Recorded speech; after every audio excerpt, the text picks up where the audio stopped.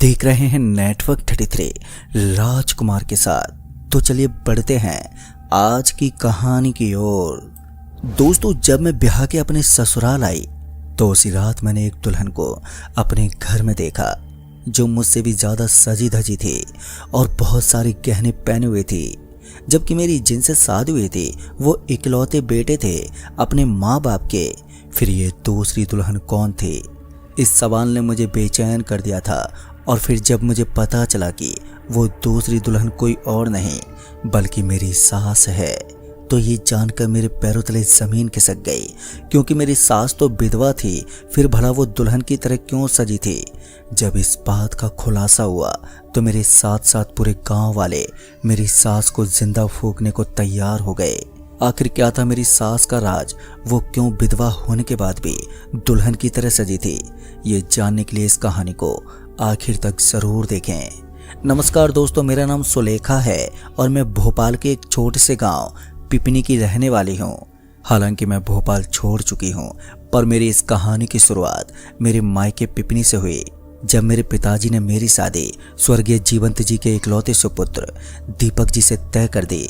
यूँ तो मेरे पिताजी भी काफ़ी पैसे वाले थे और यही वजह थी कि वो नहीं चाहते थे कि मेरी ज़िंदगी में कोई दुख परेशानी आए, और इसी सोच के साथ उन्होंने मुझे दीपक जी के साथ ब्याह दिया।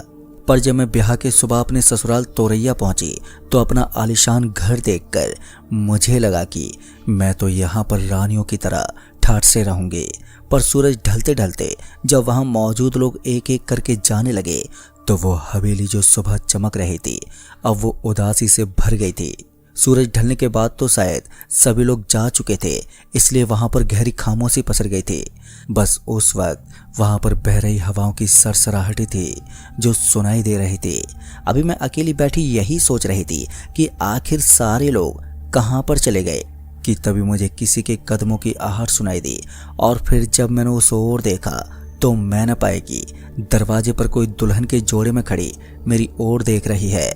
इससे पहले मैं कुछ समझ पाती कि वो दूसरी दुल्हन वहां से चली गई और मैं इस सोच में पड़ गई कि आखिर वो है कौन, कहीं मेरे साथ कोई धोखा तो नहीं हुआ है। अभी मेरे मन में बुरे बुरे ख्याल ही आ रहे थे कि तभी दीपक जी उसी दूसरी दुल्हन के साथ कमरे में आए और बोले, सुलेखा इनके पैर छुओ। दीपक के ये कहते मैं उठी और उस दूसरी दुल्हन जो अभी भी घूंघट में थी, मैंने उनके पांव छूते हुए दीपक जी से इशारे में पूछा कि ये कौन है। जिस पर दीपक जी मुस्कुराते हुए बोले, ऐसी हैरान भरी नजरों से मत देखो, ये कोई और नहीं बल्कि तुम्हारी सास यानी कि मेरी माँ जी हैं। ये इनका नाम वसुंधरा है।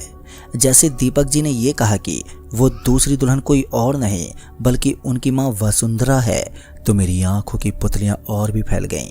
क्योंकि ससुर जी तो 5 साल पहले ही चल बसे थे, तो फिर मेरी विधवा सास किसी नई नवेली ब्याहता दुल्हन की तरह क्यों सजी हुई है, वो भी अपने ही बेटे की शादी के दिन। अभी इन्हीं सब सवालों ने मुझे इस कदर झंझोर कर रख दिया कि मैं अब कुछ सोच ही नहीं पा रही थी। मुझे चुपचाप देख वो दूसरी दुल्हन जो कोई और नहीं बल्कि मेरी सास थी मुझसे बोली, देखो तुम रात के 3 बजे हवेली के पीछे वाले मकान पर आना और एक बार दरवाज़ा खटखटाना।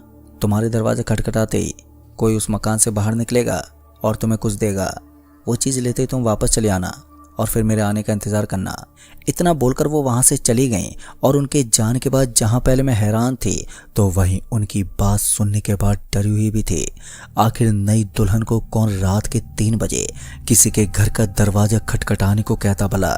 इसी बीच जब मेरे पति दीपक जी ने कहा, अच्छा जल्दी सो जाओ, तुम्हें 3 बजे उठना भी है, तो मैं और भी घबरा गई। मैं उस वक्त दीपक जी से इस बारे में सवाल तो करना चाहती थी, पर दीपक जी मेरे लिए एक अनजानी थे जिनसे मैं खुल करके वो बात नहीं कर सकती थी। ऊपर से मुझे अभी उनके स्वभाव का भी मालूम नहीं था। पता नहीं मेरी कौन सी बात उन्हें बुरी लग जाती। इन सब बातों का ख्याल रखते हुए मैं बिना अपना मुंह खोले लेट गई। वैसे तो ये मेरी सुहागरात थी, पर सुहागरात जैसा कुछ भी नहीं था। मैं बिस्तर पर एक और डरी सहमी करवटें बदल रही थी तो वहीं मेरा दूल्हा यानी कि मेरा पति कमरे की खिड़की पर खड़ा बाहर ताके जा रहा था। इसी कसमकस में रात बीत रही थी कि तभी एक जोरदार चीख सुनाई पड़ी। अभी वो चीख सुनकर मैं अपने बिस्तर से उठी ही थी कि मेरे पति ने कहा, चलो 3 बज गए। ये बोलते उन्होंने मेरा हाथ पकड़ा और मुझे अपने साथ लेकर जाने लगे। पहले तो मुझे ही लगा कि वो भी मेरे साथ ही जाएंगे। पर जब उन्होंने हवेली के पिछले दरवाजे तक छोड़ते हुए कहा, वो जो दूर मकान दिखाई दे रहा है ना, तुम्हें उसी मकान का दरवाजा खटखटाना है, वो भी सिर्फ एक बार। ये बोलकर वो वहीं से वापस लौट गए और मैं उस मकान की तरफ बढ़ गई जो उस स्याह अंधेरे में बेहद ही डरावना लग रहा था।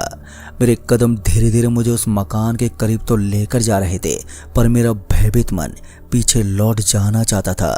इसके बावजूद मैं डरते डरते उस मकान की दहलीज तक आ पहुंची और जैसे मैंने उस काठ के दरवाजे को खटखटाया तो वैसे मुझे अंदर से किसी जानवर की घुर्राने की आवाज आई। वो आवाज इतनी खौफनाक थी कि उसके मेरे कानों में पड़ते ही मेरे पसीने छूटने लगे और मेरे पैर अपने आप ही पीछे हटने लगे। शायद अब तक मेरे अंतर्मन को यह एहसास हो चला था कि यहाँ से निकलने में ही भलाई है, पर इससे पहले मैं अपने अंतर्मन के इशारे को समझ पाती कि वो काठ का दरवाजा खुला और वो दरवाजा खुलते ही मुझे मेरी सास नजर आई जो अभी भी उस दुल्हन के जोड़े में ही थी। पर अब सब कुछ बदला हुआ था। उनके चेहरे से बहता खून और कपकपाते हाथों को देखकर यह साफ जाहिर हो रहा था कि कोई बड़ी बात है। जैसा कि मुझसे कहा गया था कि दरवाजे के खुलते हाथ फैलाकर खड़ी हो जाना, लिहाजा मैंने उस वक्त ठीक वैसा ही किया। मेरे हाथ फैलाते मेरी सास ने मेरे हाथ में एक खून से सना हीरो का हार रख दिया और वो अंदर चली गई। मेरी सास के अंदर जाते मैं सर पर दौड़ी अपनी हवेली की तरफ। अभी मैं हवेली की तरफ दौड़ी रही थी कि मुझे अचानक ही चक्कर आ गया और मैं नीचे गिर पड़ी। मेरे गिरते ही मेरा शरीर एकदम से अकड़ गया और सीने में जोरदार दर्द हुआ। उसके साथ ही मैं बेहोश हो गई। फिर जब मुझे होश आया तो मैंने देखा कि मैं अपने बिस्तर पर लेटी हुई हूँ और मेरे पति किसी बुढ़िया के साथ खड़े आपस में कुछ बातचीत कर रहे थे। उनकी आवाज़ मुझे साफ साफ सुनाई तो दे रही थी, पर वो जिस भाषा में बात कर रहे थे वो मुझे समझ में नहीं आ रही थी। फिर इसी बीच जब मेरे पति ने देखा कि मैं होश में आ गई हूँ तो वो मुस्कुराते हुए मेरे पास आए और बोले, तुमने तो कल कमाल ही कर दिया। मुझे लगा नहीं था कि तुम ये काम कर पाओगी, पर माँ को तुम्हारी कुंडली पर पूरा यकीन था। जैसे मेरे पति दीपक ने यह कहा कि उनकी माँ को मेरी कुंडली पर यकीन था, तो वैसे ही मुझे याद आया कि शादी से पहले दीपक जी की माँ ने कुंडली मांगी थी।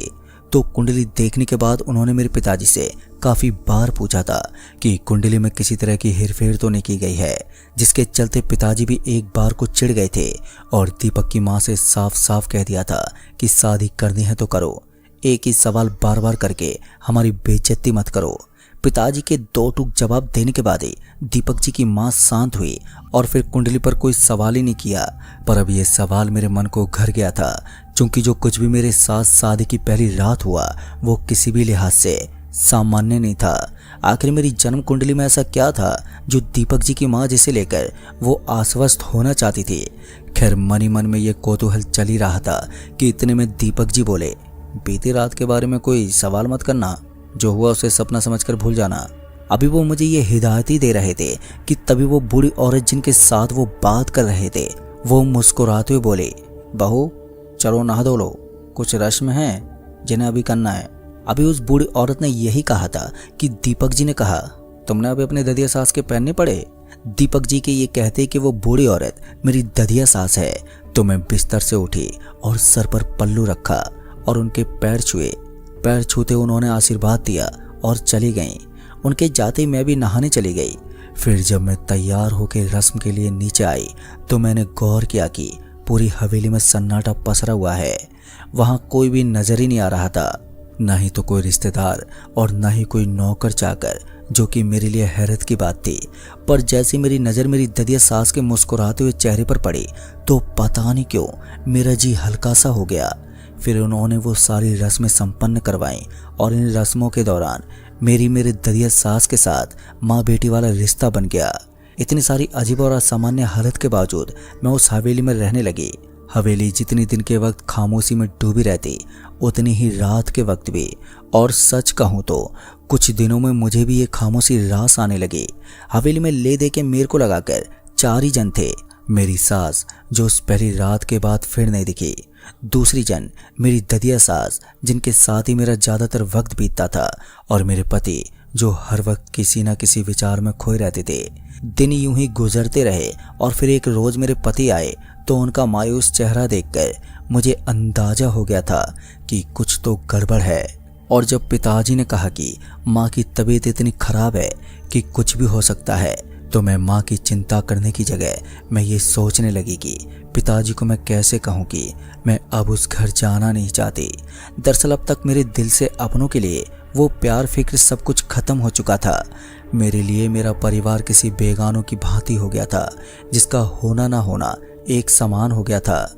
इससे पहले मैं साफ साफ अपने पिताजी को उनके साथ जाने से मना करती कि मेरी ददिया सास ने मेरे से कहा, बहू तैयार हो जाओ अपने मायके जाने के लिए। चूंकि मैं अपनी ददिया सास की बात चाहकर भी टाल नहीं सकती थी, लिहाजा मैं पिताजी के साथ अपने घर के लिए चल पड़ी। रास्ते में पिताजी लगातार रोते बिलखते हुए माँ की हालत के बारे में बताए जा रहे थे। तो वहीं जब उन्होंने देखा कि मुझे कोई फर्क नहीं पड़ रहा है, तो वो अपने आंसू पोंछते हुए बोले, क्या हुआ तुझे? तू इतनी कैसे बदल गई? तेरी माँ आखिरी सांस गिन रही है और तुझे इस बात पर रत्ती भर भी दुख नहीं हो रहा है? पिताजी पूरे रास्ते मुझे सुनाते रहे और मैं खामोशी से सुनती रही। और जब हम घर पहुंचे तो मेरे घर पहुंचते मेरे घर वालों ने मुझे जबरन जंजीरों से बांधकर एक अंधेरी कोठरी में कैद कर दिया। मुझे समझ में नहीं आ रहा था कि आखिर मेरे ही घर वाले मेरे साथ ऐसा बर्ताव क्यों कर रहे हैं। मेरे लाख पूछने के बावजूद किसी ने कुछ भी नहीं बताया। पर उस अंधेरी कोठरी में मैं अकेली नहीं थी, बल्कि उस कोठरी में मुझे एक भारी आवाज लगातार सुनाई दे रही थी, जो मुझे वहां से निकलने को कहे जा रही थी। पर मैं जब भी उस जंजीर से निकलने की कोशिश करती कि तभी मुझे जोर का झटका लगता और उस झटके के साथ मैं बेहोश हो जाती। मुझे ये तो याद नहीं कि मैं कितने दिनों तक उस अंधेरी कोठरी में बंद रही, पर जब मेरे घर वालों ने उस कोठरी का दरवाजा खोला और मुझे बाहर निकाला, तो मैंने देखा कि मेरे बाल और हाथ पैरों के नाखून इतने बड़े बड़े हो गए थे मानो मैं कई सालों तक उस कोठरी में बंद रही हूँ। वहीं कोठरी से बाहर आते ही मैं मामा चीखते हुए रोने लगी। जैसे मेरे घर वालों ने मुझे रोते हुए देखा, तो वैसे मेरे पिताजी ने कहा, हमारी बेटी लौट आई है, अब चिंता की कोई बात नहीं है। ये कहते हुए उन्होंने मुझे गले लगा लिया। और इसके बाद मेरे पिताजी ने बताया कि मेरी सास और मेरे पति को उनके गांव वालों ने जला के मार दिया है। मेरी सास और मेरे पति कुछ ऐसी काली शक्तियों के उपासक थे, जिनकी मदद से वो अपनी घिनौनी इच्छाओं को पूरा करना चाहते थे। मुझसे पहले भी उन्होंने बहुत सी लड़कियों को अपने बेटे के साथ रिश्ते में बांधकर उन शक्तियों को प्रसन्न करने की कोशिश की, पर वो लड़कियां तीसरे चरण में मर जाती थी और शायद मैं भी मारी जाती अगर मेरी माँ को हमारे कुल देवता ने समय रहते उनके बारे में नहीं बताया होता। आज मैं बच गई सिर्फ अपने कुल देवता की कृपा से। खैर, मुझे आज भी मेरी ददिया सास सपने में दिखाई देती हैं और कहती हैं, घर लौटाओ। मुझे अपनी सास और पति की पूरी सच्चाई तो नहीं मालूम, पर इतना ज़रूर कह सकती हूँ कि ये दुनिया अजनबी है और बेहद ही खौफनाक भी। तो दोस्तों, इस कहानी में बस इतना है।